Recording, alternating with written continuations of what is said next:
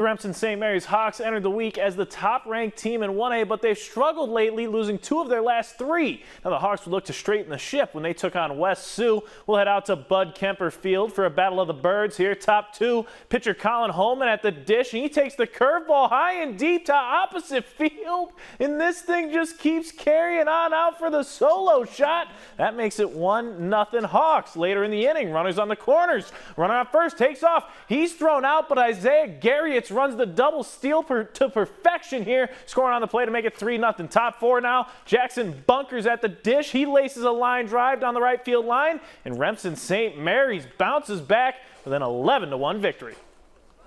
Lawton Bronson taking on Woodbury Central here. First inning starts with a bang for the Wildcats as Jaden Lloyd shoots a deep fly ball into center field. That one's going to be caught by Kyan Schultz and tags and scores from third.